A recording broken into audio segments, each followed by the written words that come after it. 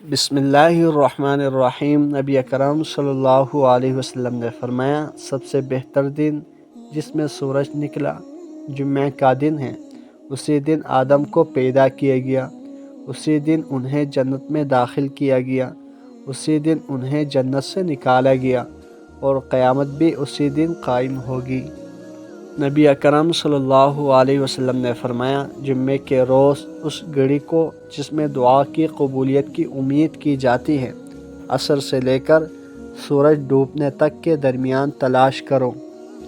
نبی اکرم صلی اللہ علیہ وسلم نے فرمایا، جمعے میں ایک گھڑی ایسی ہے کہ بندہ جو کچھ بھی اس میں مانگتا ہے تو اللہ جل شانہ اسے عطا کرتا ہے۔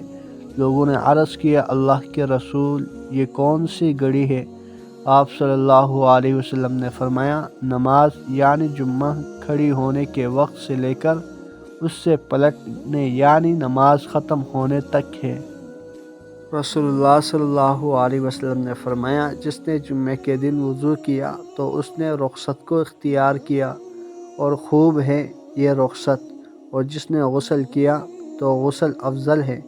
اللہ جل شانہ سے دعا ہے ہم سب کو جمعے کے دن کثرت سے نیک اعمال کرنے کی اور کثرت سے دعائیں کرنے کی توفیق عطا فرمائیں، اور یہ حدیث ہم نے سنی پڑھی، ان پر عمل کرتے ہوئے دوسروں تک پہنچانے کی بھی توفیق عطا فرمائیں۔ جزاکم اللہ خیرا کثیرا۔